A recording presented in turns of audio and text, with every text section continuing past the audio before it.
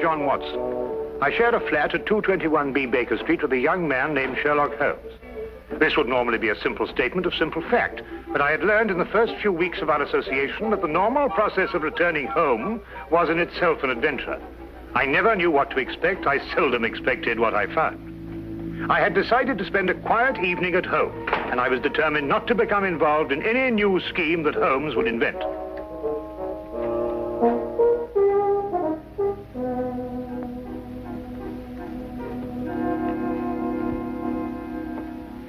Sulfate gas. Oh? Do you remember the Dietrich case, when the defense tried to prove that no one could produce the deadly poison without a trained chemist? No. Well, I'm going to try it now. With kitchen utensils and a secondary school chemistry book. I knew it could be done. There it is, Watson. Brilliant. Now you've done.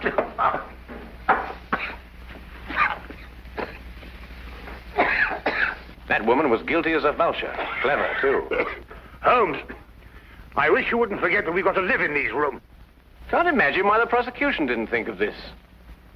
The gentleman arrived here in a hansom. Appears to be coming up here. What else did you notice about our visitor? Oh, I don't know. I say about 30-ish, conservatively dressed. A man of modest means. What do you think, Holmes?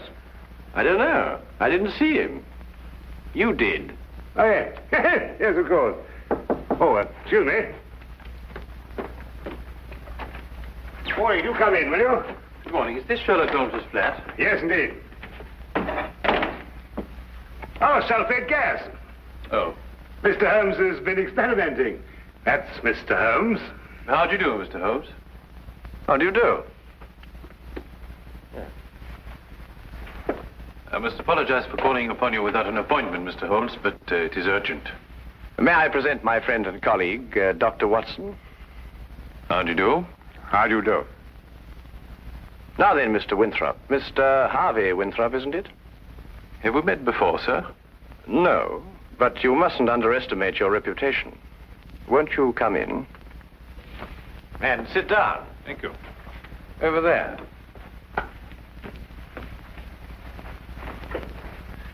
I had heard your powers of observation were remarkable, Mr. Holmes. Perhaps you also know the purpose of my visit. I can only say it's a personal matter. How do you know? It is always a personal matter when one consults me rather than the police. Of course. But my reason to see you actually concerns my elder brother, John. It is he who controls the family wealth. In the event of his death, I would be sole heir. Does his death seem imminent? His life has been threatened. In what way? I noticed you didn't ask by whom. You took pains to point out that only you would benefit by your brother's death. If you knew who made the threat, you wouldn't be so concerned with your own innocence. You're right. I do not know who's making these threats. Actually, I don't even know if it is a who. I beg your pardon, sir? But it is possibly a what, Dr. Watson. In this case, the heritage of every old family. The family legend. What is the Winthrop legend? Every member of the family, destined for a violent death, finds about his person silver coins. Silver coins? Oh, you mean like those silver coins the pirates use, called pieces of 8? Exactly, Dr. Watson. Pieces of 8 as a warning, and at the time of death, a gold doubloon. Have these coins any special significance? 30 years ago, my father was killed by a fall down the stairs in the main hall of Winthrop Manor. A gold doubloon was found under his body. Was he actually seen to fall downstairs? No. The manor was closed and has remained so ever since. I assume your brother has discovered several silver coins. Each day for the past 7 days. I see. What has been his reaction? He has decided for the first time in 30 years to reopen Winthrop Manor. In defiance of the legend. Exactly. We are going to be there this weekend. Who is we? My brother, my fiancée, and myself. And I would like you two, Mr. Holmes and Dr. Watson, to be there as well. Well, that's very good of you, sir. Do you have any other evidence to substantiate your belief? I was very young in those days, but I can still remember the sight of my father's body at the bottom of those stairs. Dr. Watson and I will arrive at Winthrop Manor this Friday night. Oh, thank you very much. If there is anything I can do until then, or if there's any question you want to ask me before, please don't hesitate to call upon me at any time. We'll do that. Thank you. Again, thank you, gentlemen. Not at all. Good day, you, sir. Good day. Well, Holmes, what do you think? I think it's amazing the extent to which people will go to obscure the simple facts of murder or threatened murder. You don't believe in the legend? Nonsense. Well, but after all, Holmes, you said yourself that these things very often have a basis of fact. The odor lingers. There was no mention of that in the Dietrich's case. I'm a man of science myself, Holmes, you know that. And yet there are things that happen every day for which they have no logical explanation. How would Mrs. Dietrich's have removed the odor? Of course, it could work equally well both ways. Winthrop himself admitted that in the event of his brother's death, he was the heir to the estate. His visit here might have been a blind. The solution of a murder, Watson, is infinitely easier than the prevention. We have committed ourselves to a weekend in a drafty manor house that has been closed for 30 years. We will watch and we will wait. And in time, we will apprehend the persons or ghosts, who will commit the murder of the Winthrop Legend.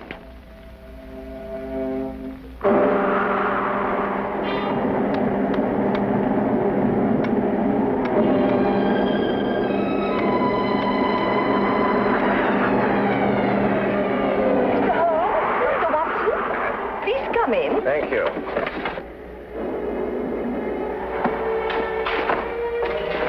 The thunder was making so much noise, I wasn't certain I heard you knock. Yes, I think we got here just in time. Yes, we were worried that you were caught in the storm. I'm Mrs. John Winthrop. How do you do? I'm Dr. Watson. This is Sherlock Holmes. How do you do? I'm very pleased to meet you. You can leave your things here and go into the sitting room. We managed to get it comfortably warm. I'll have your luggage brought up to your rooms. You'll have to excuse the inconveniences of the house. My husband's decision to spend the weekend here was rather sudden. And I'm afraid we're understaffed. Please don't concern yourself with us, Mrs. Winthrop. I'm sure we'll be very comfortable. Oh, there you are. I'm glad you made it before the storm. I see you've already met my sister-in-law. Yes, we have. How do you do? Oh, Harvey, perhaps you can show Dr. Watson and Mr. Holmes to their rooms. Yes, sir, you probably want to freshen up. Good evening, gentlemen. This is my brother, John Winthrop. Dr. Watson. How do you do? How do you do? How do you do? How do you do, sir? I hope you'll be comfortable.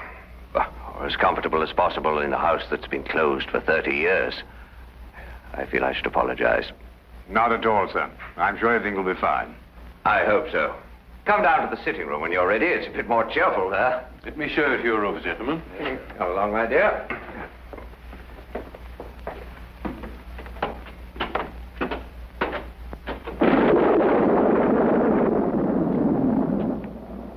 You didn't mention your brother was married.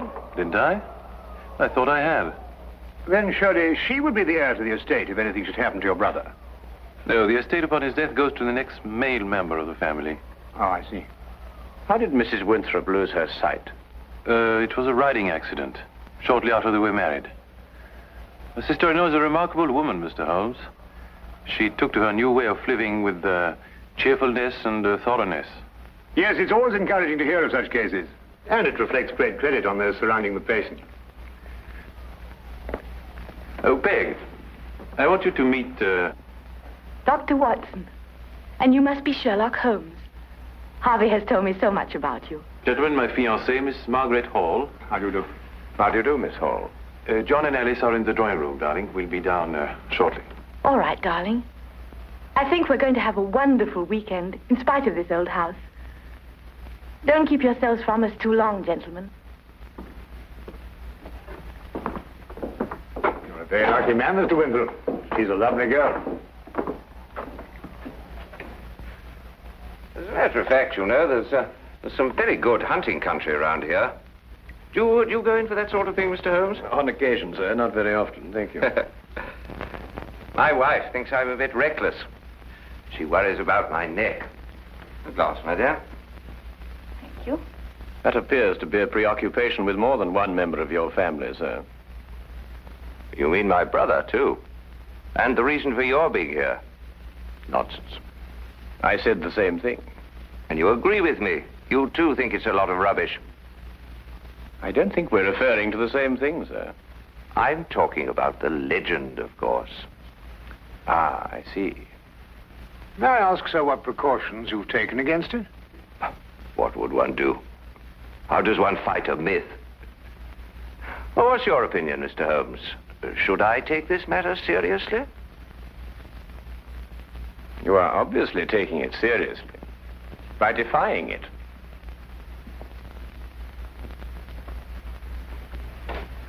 By coming down here to prove that it doesn't exist.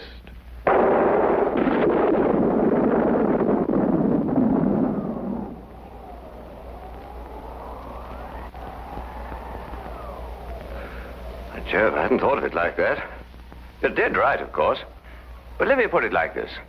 Do you really believe the legend is dangerous? You are obviously overlooking the second conclusion, sir. If the legend is real and beyond our understanding, then your life may be being threatened by the supernatural. If we rule that out, then the threat has a very realistic source. In either case, the threat remains. I hadn't thought of it that way. But there are just the 6 of us here, Mr. Holmes. Surely if there is danger for John, it couldn't come from any of us. There are just the 6 of us now, Miss Hall.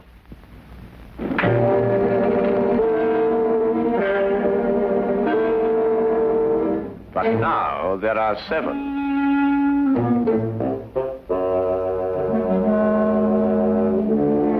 John, what is it? Nothing, my dear, nothing at all. I think we'd better go into dinner. Excellent idea.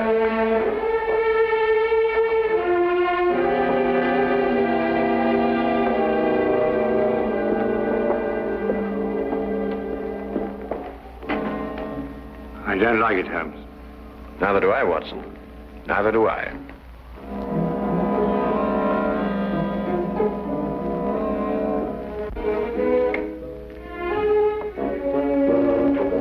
Oh, come in, Watson.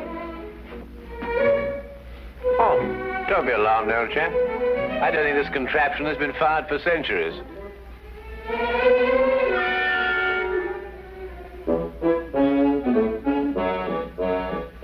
You could hardly expect me to know that from here, Holmes.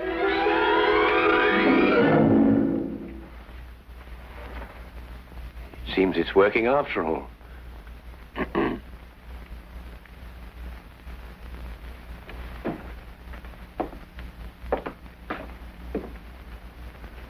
I wanted to talk to you about that dinner we just had.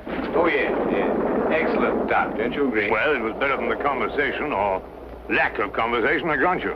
Well, quite natural under the circumstances. Everyone's suspecting things they'd rather not say. What do you make of it, Holmes? Did you realize that young Harvey Winthrop was in love with Alice before she married his brother? Holmes, you're fantastic. How did you determine that? He told me. Oh. Oh, have you got a match, Watson? Yes, I think I should have.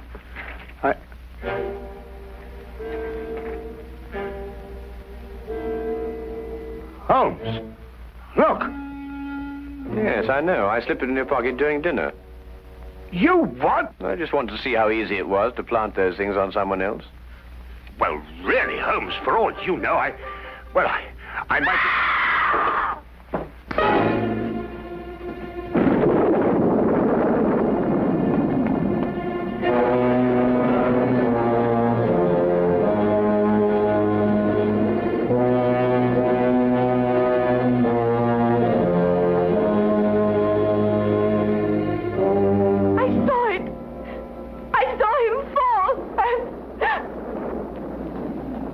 He's dead. Neck broken.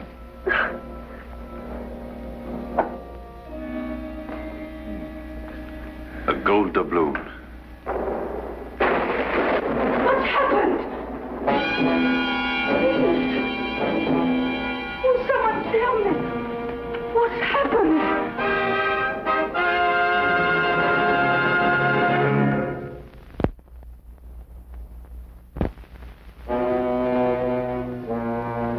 And now, we return to the case of the Winthrop Legend.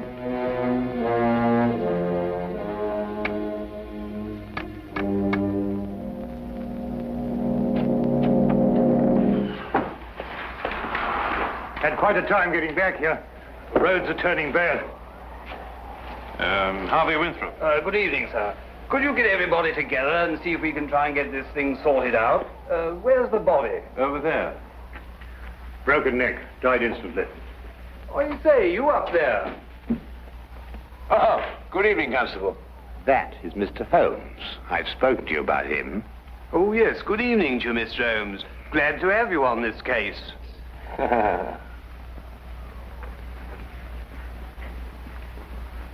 His wife. Been a terrible shock for her. Oh, Mr. Holmes, I'd like to discuss this case with you. I've got several theories. Dr. Watson was telling me coming down in the carriage. I think it would be better if she retired for a while. These will help. Thank you, Doctor. Dr. Watson summarized the legend for me on the way down, but quite frankly, Mr. Holmes, I would say we're opposed to a devilish mind here. Holmes, really? I don't know. What on earth do you think you're doing? A button. At the very least, the very least. Observe, Watson, I've almost torn a button loose. Oh, so I should think after all those acrobatics. Are you going to sit like that all evening? And yet the late Mr. John Winthrop fell down a long flight of exceptionally sharp stone stairs without damaging his clothing. What's that? I'd better check. Yes, I think you had. He may not have torn a button, but he suffered some very severe damage to his neck, I'd like to remind you. An indisputable fact, my dear Watson. Well, what are you getting at, Holmes? That's right. Now we're getting somewhere. Come on, Watson, let's examine the situation more thoroughly. The killing blow was struck at the back of the neck, is that right?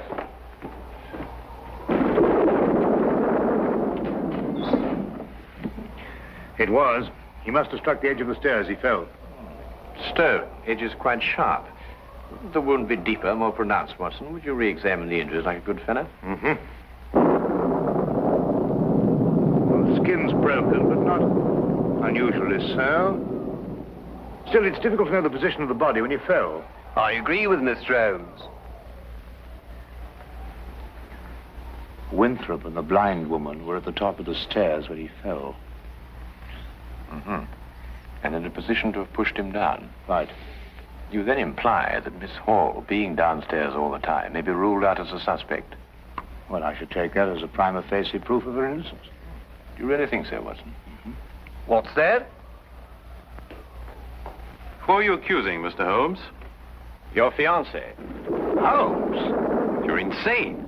Not at all, I assure you. Your brother didn't fall down these stairs. He was killed, struck by a blow from behind, very probably in this room. His body was then placed at the foot of the stairs, and the legend having been carefully reawakened, and the manner in which your father met his death, and the gold doubloon, all led you to the obvious conclusion. She couldn't have done it. I assure you she could. But Holmes, she had no motive. The estate now passes to Harvey Winthrop. Well, yes, I'm the only one who had a motive. I would say you and the lady you are going to marry. Are you going to report her to the police? Less than useless, I'm afraid. No court in this world would ever convict her on the evidence we have. Well, assuming you're right, and mind you, to me, it's only an assumption, there's nothing we can do. Yes, there is. We can at least remove the assumption. Come with me, gentlemen, into the drawing room.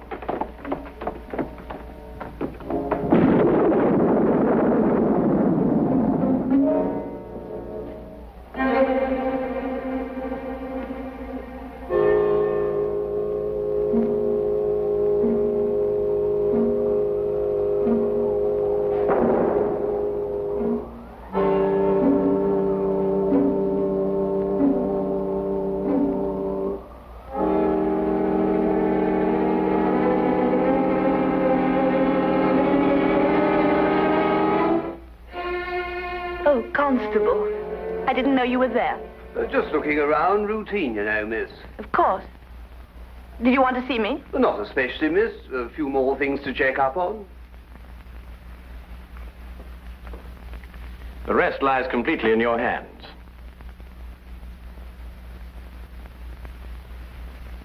Alice is resting now. Not sleeping, but...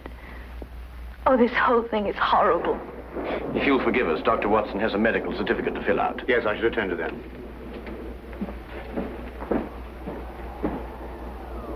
Oh, Mr. Holmes. At your service, my good constable.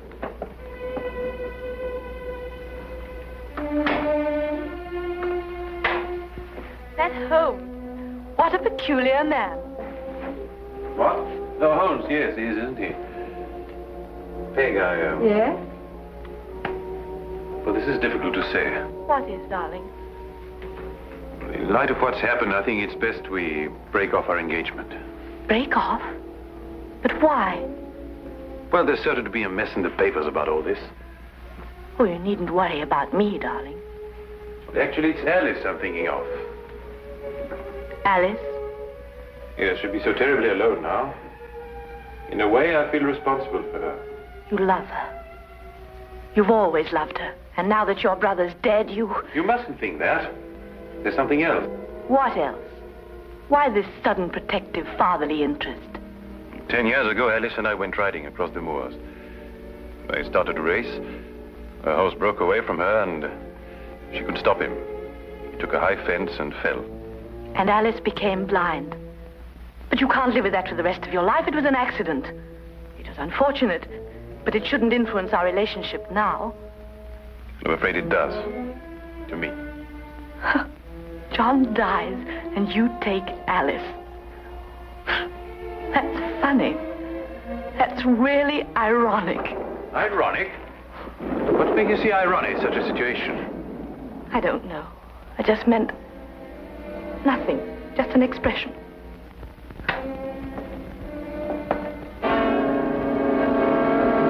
Very interesting choice of words, I might add. Alas, I must confess we were eavesdropping. Is there anything you'd like to confess, Miss Hall? What does this mean? You spoke of irony. Such a choice word. You didn't kill John Winthrop so that Harvey could share the family fortune with Alice. You'd have seen to that in time. You're insane. I couldn't have pushed John down the stairs. I was at the bottom myself. Well, you were in a perfect position to strike him with this. And then, very thoughtfully, placed the end in the fire to remove any evidence of the blow. No court in the world would convict me on evidence like that. You're quite right, Miss Hall. But you know the facts. And we know the facts.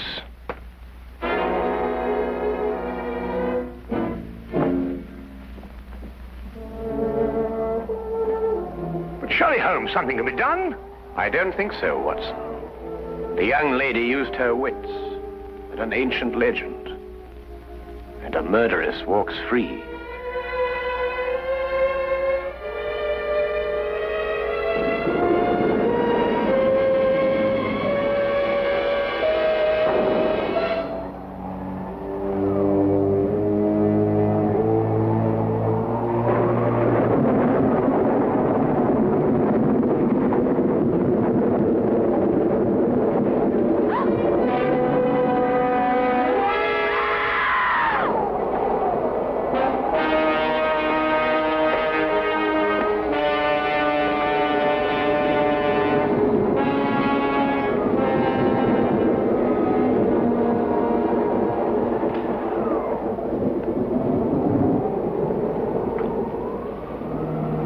But it's a gold doubloon. And she said no court in the world would ever convict her.